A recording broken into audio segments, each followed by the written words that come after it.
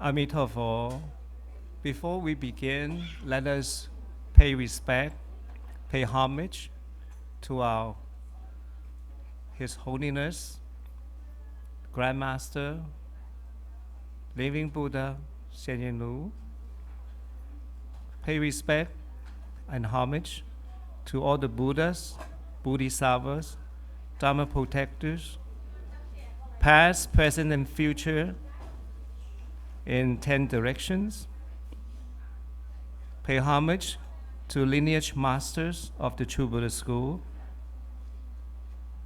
And then may the Guru bless me to share with you the book number 163, Crossing the Ocean of Life and Death, the most important event of our lives.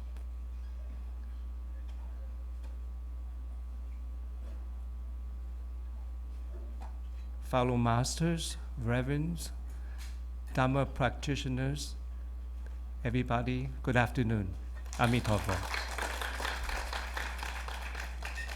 It's an honor and privilege to be here and sharing the book with you. I'm still learning as well all those teachings by Grandmaster. And I want to choose this book because I believe it is the most important book. However, there are many books of Grandmaster. They are all important, depending what you want in life. We all have problems in our lives, and we all have solutions to the problems. However, the death is something we dare not to talk about, because I know it's a Chinese superstition.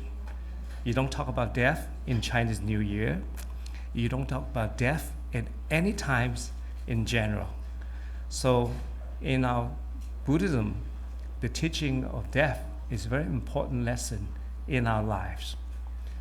And I remember when I was a child, and back in 1968, the first death I ever saw was my grandfather's funeral in Hong Kong. At that time, I was only 9 years old. I have no idea what it is all about, but I saw people crying, desperation, upset. And at the time, I was playing around in the funeral home, jumping around as if there's a party going on. But at that time, I was scolded, and they said, settle down, and you sit still. So therefore, my impression of death was just very morbid after that. I want to use this book to share with you today.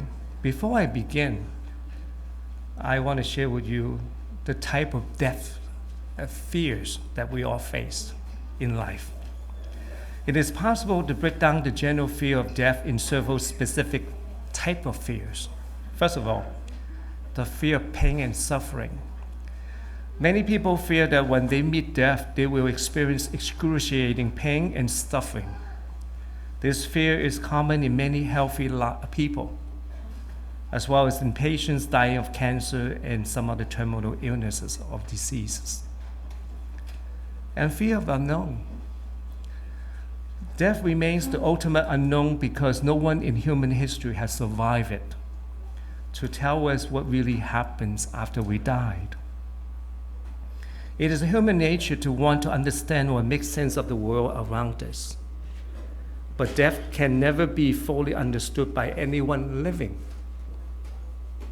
However, by Grandmaster's teaching, you see later on when we go through the book, you will see he will know how to solve this problem. And then the fear of non-existence. Many people fear the idea they will completely cease to exist after death occurs, while you may suspect that this fear is limited to atheists or others without personal spiritual or religious beliefs. The truth is that many people of faith also worry that the belief in the afterlife isn't real after all, or that they did not earn the eternal life while alive. The fear of eternal punishment. Similar to fear of non-existence above, this belief does not apply only to devout believers of religious or spiritual faith. Many people, regardless of their religious persuasions, And even those with no religious or spiritual beliefs at all fear that they may be punished for what they did or did not do while they are on earth. Fear of lost control. Human nature generally seeks to control the situation we encounter, but death remains something over which we have absolute no control. This frightens us, who will attempt to exert some form of control over death by behaving in extreme careful manner to avoid risk or undergoing rigorous frequent health checks, for instance. The thing is, I think the death is something we have to face, even though we may not like to see it. I remember saying, everybody likes to go to heaven or paradise, but nobody wants to die to go there. But the thing is, today we want to share Grandmaster's the holy teaching regarding death. Last night, if you study or went to the Saturday evening cultivation in Seattle Ningxin Temple, he's talked about when he was in retreat, he had this terrible headache that he suffered so much, and then he didn't want to go live. And that's what the book is all about. The cost of this book, by writing this book, is sharing death, how to face death, how to not conquer death, but accepting it and using it to our advantage. So if you have the books, turn on the books, turn to the pages. Before I turn the pages, in the internet, the TrueBuddhaBoye.com has a different version, or may I say the printing. There are different chapters, but we have this book will be a different chapters. So it's because when the first chapter is preface, but according to this book is number 1. In our internet is no chapter 1, is preface. So chapter 1 is actually chapter 2 in this book. So just to be aware, when we go through the books, you know what it is. And another one, if you have iPad or iPhone, reading this book, you can go to reader mode, so that eliminate all those brick that doesn't look good on the web page. So when you hit the reader mode, you will see that it will very clear the format is perfectly formatted. However, in the website, there's a little glitch that is not able to read it very plainly, so to speak. So if you have iPad and iPhone, you can use that to read it up. Let's turn to the page. In this book, it's called page 2, Guan Yin's Word. Let's go through that page.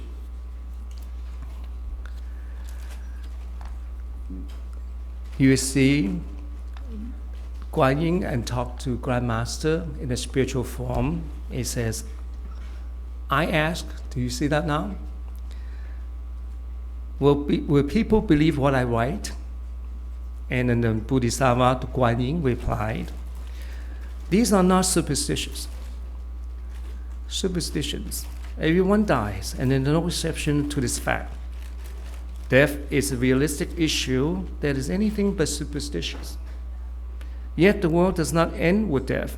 Buddhism, Christianity, Hinduism, Islam, and other esoteric teaching all recognize the fact that there's a world beyond death which can be verified, and that the world of spirits does indeed exist.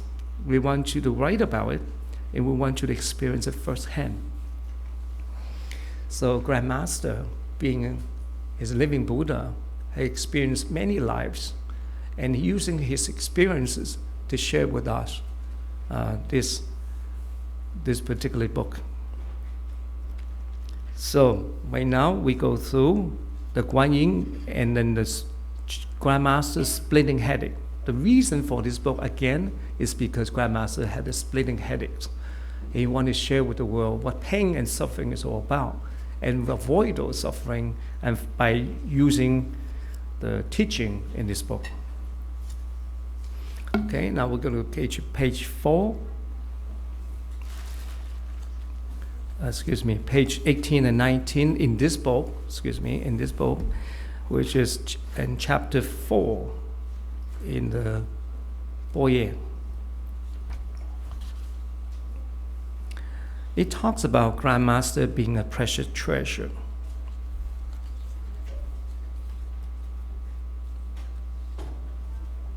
You see that said?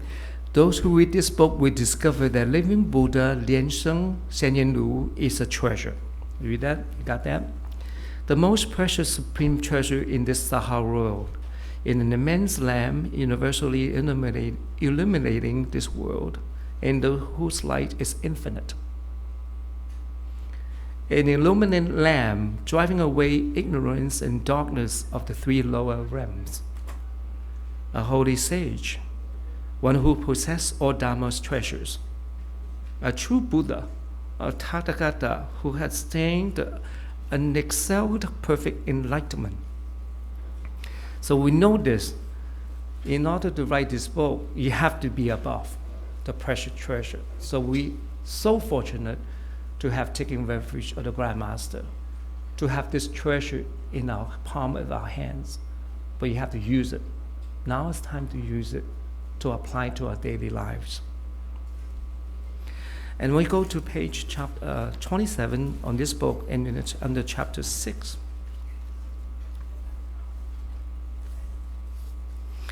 Really, right this point, it talks about practice diligently. You know, Padmasambhava, Guru Rinpoche, have said that before his passing, went to the Western paradise. He says, honor the Guru, treasure the Dharma, and practice diligently.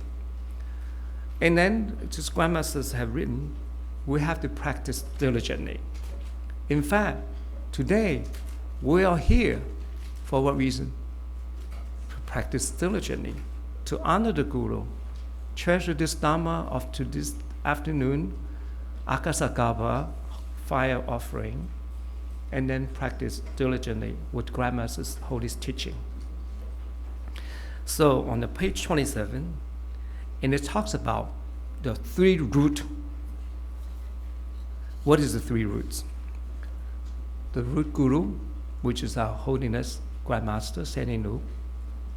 Your personal deity, or Idam, Y-I-D-A-M, and then your root Dharma protectors. You see, it says, I personally feel that the 3 roots of Vajrayana are vitally important. The Guru is the main holder of all Dharma. The personal deity is the self-nature of the practitioner. And the Dharma protector is the guardian of the human world. Nowadays, recently I just noticed in the 2 days I got here on Thursday night, and a lot of people complain that they have this spiritual attached to their body and not feeling too well by XX. Right now, it's time to practice using the Grandmaster's teaching on your own. Don't rely on Grandmaster everything. Once you teach Dharma, you have to do it your own. Practice diligently, chant as much as you can. Of course, with Grandmaster's blessing, you have to do your own homework. That is, do your Dharma protectors mantra as much as possible. So it doesn't have to bother Grandmaster so much at all the time. That's something we need as a student, to do our own homework. And that's important to say that right here. All 3 are so vitally important that one of them cannot be missing. That's the most important Tantrayana or Vajrayana. Remember that. Okay? So I'm not going to go through all the books, but I believe in more important passages or teaching that's important. So right now, let's leave that go to chapter 13 on page 70. Oh, I'm sorry, this book is chapter 14, but in the internet, the Boye is chapter 13, and we go to the Mara.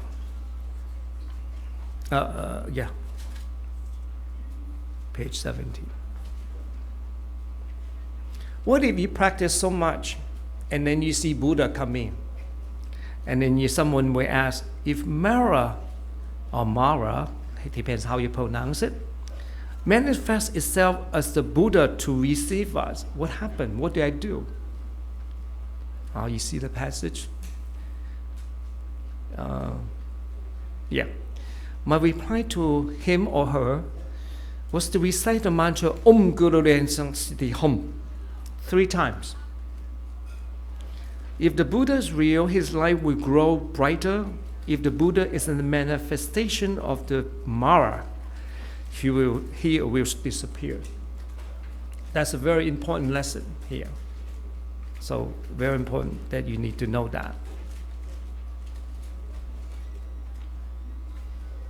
And then on page 78 of this book, again, it talks about 6 refuge. Isn't it 4 refuge? Why is it 6 refuge? Grandmaster said on page 78 of this book, Namo Guru Be, I take refuge in the root Guru, that we all know.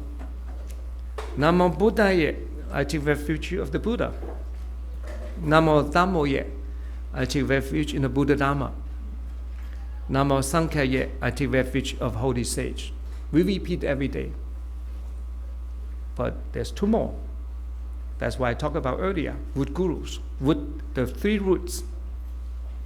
Namo Idam, I take refuge in all the idams and deities of affinity. You have affinity to Akasakapa, you take refuge in that. You take refuge of Guan Yin or Avalokitesvara, your personal deity. Then you take refuge in the Guan Yin. That's what the 5th is all about. And then your root Dhamma protectors. Namo Dhamma Palas, that take refuge in the protectors of sentient beings. So right now, the Dhamma protectors are very important in a human realm. That is basically your success, your protection at all times. It is equivalent to Judeo-Christian like guardian angels, if I can recreate that. Look after you at all times. So we need that. Not only the Grandmaster's teaching, you think of them all the time, of course, but you always think about protection. Let's say I drive the car to Oregon this afternoon. I will ask the protector to protect me with hopefully no traffic and also hopefully no accident. We pray for that. The Dhamma protectors protect us, and we need to take refuge in them. Now go through, skip. Remember, I'm not here to read the books to you. I'm here to suggest the book to you and you read it on your own. And read it carefully, because you'll miss a point and you're going to be sorry. You don't want to be sorry. So let's do it very carefully at home, reading this book, or reading it in the internet in tbboyeh.com. The next one we talk about on page 90 of this book, which is no crying on the deathbed. We all have death either in a family or see death outside our family. We feel painful. We feel so sorrowful. We feel lost. But the Grandmaster said, do not cry if you can. I know it's important to show your emotions and also show the respect during a funeral service or maybe attending a funeral service. But the most important aspect of the Grandmaster's teaching is that we do not want to do this in affecting people. That is the person who just passed on. Because at that time, this chapter is about talking to the death, the people in the deathbed. And then we look at the line where there's a lotus practitioner. He talk about someone whose loved one in front of you who already passed on, and talk to him directly, or him or her. So lotus practitioner, everyone dies. You see the passage? Life always, almost end of the chapter. Life always meets the death one day. Crave this broken bodily form no more. There is no way you can remain on earth, even you cannot bear to leave. Go now, go. Stop lingering in this world. Otherwise, it will drive you into an endless cycle of birth and rebirth. Gaining nothing in return, or indeed, focus your mind on the triple jewels and the three roots. Dedicate your merits instantly. May all who uphold the name of Amitabha Buddha be reborn together in the pure land of his Western paradise. As Grandma always said, happy Buddha country. Repaying the fourfold generosity from above, enabling those who suffer in the three paths below. Upon seeing the Buddha, may I be liberated from the cycle of birth and death, and may I develop the qualities of Buddhahood and thus free all who suffer. We will meet again at the Maha-Triple Double Lotus Pond in the Western Paradise of Ultimate Bliss. So, again, it says, do not cry. And the earlier part says, cry. If we want to go back there, it says, the main point I'm trying to say is always to cry, but we should not wail and mourn in distress. We should always control, concentrate. That's why we have practice. Again, when I asked grandmasters taught us to practice every day, honestly speaking, the practice itself is how to get out of here, how to end your life.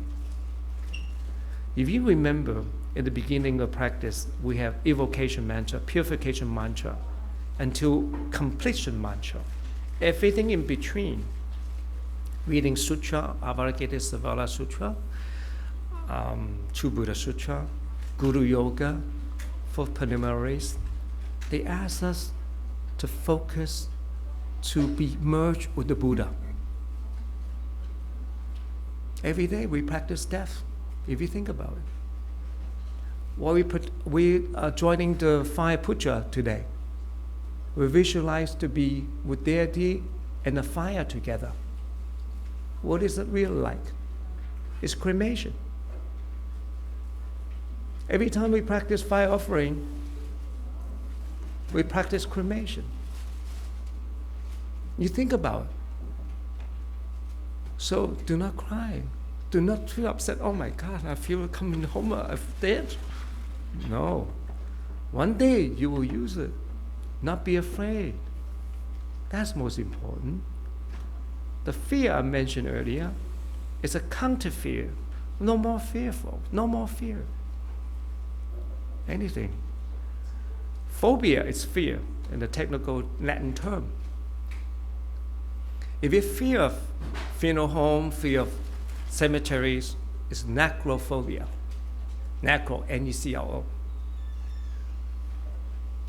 If you fear of death itself, it's thanatophobia. I guess you know all that. But one more thing. When we die, after we cremate it, do you decide where you want to be buried? Not to advertise anything, we have Rainbow Temple in the back with columbarium. You know columbarium is what we're building in the back. The technical term is called columbarium. We're building it. And I'm the first one, I believe, I think, already paid my share, paid my earned, paid my spot. I already first registered to just share with you. That's something I did. Everybody has to be prepared every day. Death doesn't come in certain time. It comes in any time, any day, anywhere. So we should all know that. Mindfulness of impermanence. That's something we all have to think about. Now going back to the next chapter, right here is chapter 19 now. In the TB boy year is 18. On this page, it's 95 to 98. Talk about it. Do not enter those rebirths. It's very important now. Everybody, please listen up.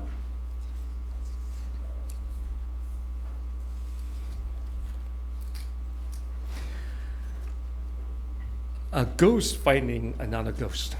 That's the main topic. I know there's a whole chapter, but I want to show you. They will try to frighten you. Actually, these ghosts are not something outside somewhere else. It's actually our inner demon. What we have done in this life, it turns to a ghost who scare you. Remember, we have believed in law of karma, cause and effect. The more you create bad karma, the more you have guilt feeling. Those guilt feelings are the one that are karma inside your registration, your memories.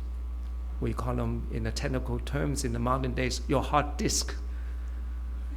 It's inside of you. So when we pass on, when we die, those things come back, appearing in the different forms of ghosts. And you think about it, in the Grandmaster's books, it's right there in page. You must never, I'm sorry, it's 94 on this page. You must never be fearful when you're in the realm of the bottle spirit, even if horrifying, enormous, and ferocious ghosts appear before you. You must recognize the following. It's very important. It's on early part of the.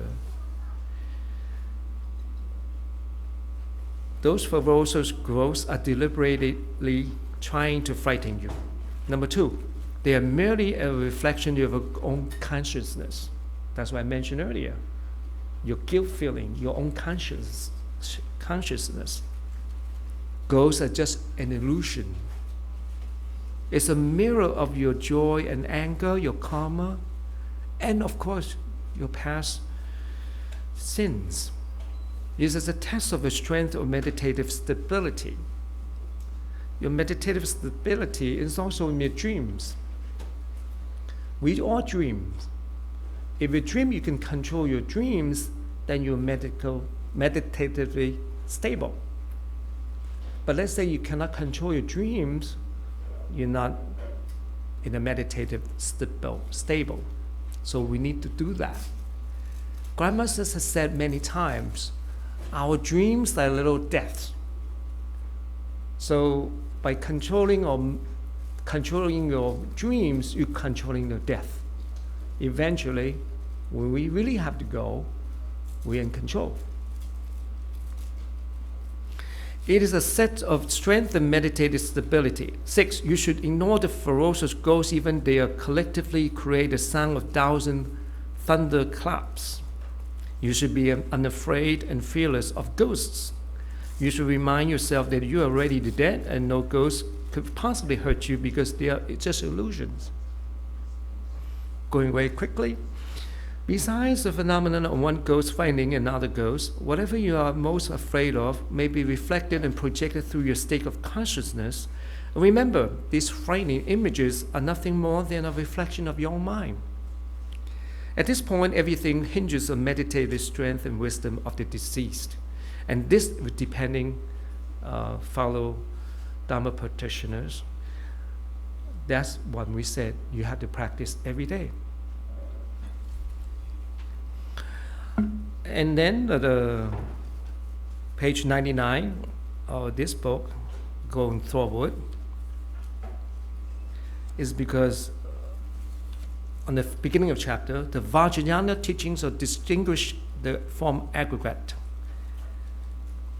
You should avoid all those 6 kinds of light that will be reincarnation. Remember, everybody, we do not want to reincarnate. We want to be reborn in the happy paradise, the Western paradise. So if you see any light or very fainted white light that's in heaven, we don't want to go there. Even though we might go there, depending on the karma, but we don't want to go there. We want to go to a strong bright light like the sunlight today. The light of a human realm is a dim yellow light. The light of an asura is dim green light. A light of a hell, which is a smoky, hazy, very grave light. The light of the hungry ghost is a dim red light. The light of the animal realm is a dim blue light. So we don't want to go there. We want to go to 5 strong, colorful. That's why Tibetan, all the tankas and all the decorations have 5 Buddha's light, which is very white, yellow, which is gold, green, blue, and red. Those are the things we need to focus on, those strong lights. Going to page 109, which is the GM vows to save us. Very important. Grandmaster, our Holiness Grandmaster, has promised us that when we chant Om Guru Ren Sang Siddhi Hum, your Guru and the personal deity are bound by the vows to save us. So the last sentence of that is important. I want to point that out. The last sentence, all the way down to the bottom. There you go, right there. So that's it. I want to mention that. That's important. His vow. 21, page 113 and 15, suitable places of body spirits. Let's say when we die, we want to go somewhere. There are 3 places important. That's very stressful, very important. The place where the root guru resides. The temples and monasteries. You come here every Sunday, good for us. We're here. We'll come here. Chapters and places where group cultivation take place. Wherever you're from. After we finish here, go back to the temple and chapters, local chapters, and group cultivation is important. And stupas and pagodas. Okay, you have Vishnesa Vajaya stupa at home, or you have the small, whatever. You have to go there. That's important. Let's say the Judgment Day. Go back to 121, sorry. 4th refuge mantra, the Judgment Day comes in. That's why 4th preliminary is very important. Even though we just chant, Namo Guru Pe, Namo Buddhaya, Namo Dhammoye, Namo Sanghaya, you will not fall in the 3 lower paths below. And then I'm going to go to all the way to the end, chapter 31 to 34, and the internet will be 30 to 33, is caring for dying. Let's say, unfortunately, you have somebody, your friend or family pass on. What can you do for them? Of course, the first thing you do is fax or email or do whatever you can to Grandmaster here in Seattle, or maybe when he was in Taiwan, to go to fax it to Taiwan. And then you can ask local chapters or the masters, the monks, and nuns to do the 49 days of bottle chanting deliverance. But most important, you can do, let's say they are not Buddhists. What do you do? Chant rebirth mantra. That's the least you can do. That's what Grandmaster taught us. You know what rebirth mantra, right? Yeah, good. So I want to finishing up the whole book. Remember, very important for you to read this book. Understanding thoroughly what you need to be done. Before I end, I want to make a special acknowledgement for thanks to Grandmaster, the blessing for me to share with you this book, this very important book. Every book is important, but I believe personally that this book is important. It's applicable to our daily lives, especially to each and every one of us. Thanks to Grandmaster, pay respect, pay homage to my personal root deities, Good Guru, Dharma protectors, and today's lineage masters. And again, I want to show appreciation of Rainbow Temple for letting me share with you. The True Buddha translation team. I know it's very important for them to translate the books. And by the way, in September 16, they have 2 books is available for signing in the Rainbow Temple. If you can show that, yeah, thank you very much for showing in the internet. And thank you for everything, just basically. So may Buddha bless you with good fortune, good luck, and then TBBOYEH.org. I'm sorry, made a mistake. It should be org, not com. Okay. So now that if you need anybody who would like to translate the books or who's able and willing to do so, volunteer work, please contact the above email tbtds.article@gmail.com. We appreciate all the help we can get in propagating the Dharma teaching by His Holiness Grandmaster Sanyin Lu. And also, we appreciation of, in fact, we do have another website I want to share too, is tbsn.org. This website is the latest news and information that you need to know. Anything happening, the Grandmaster, let's say the Rainbow Temple has a website too, but it's the whole world can use that. So again, I want to share with you, and thank you for your audienceship. Thank you for coming. Thank you for very much. May Buddha bless you. Thank you. Amitabha.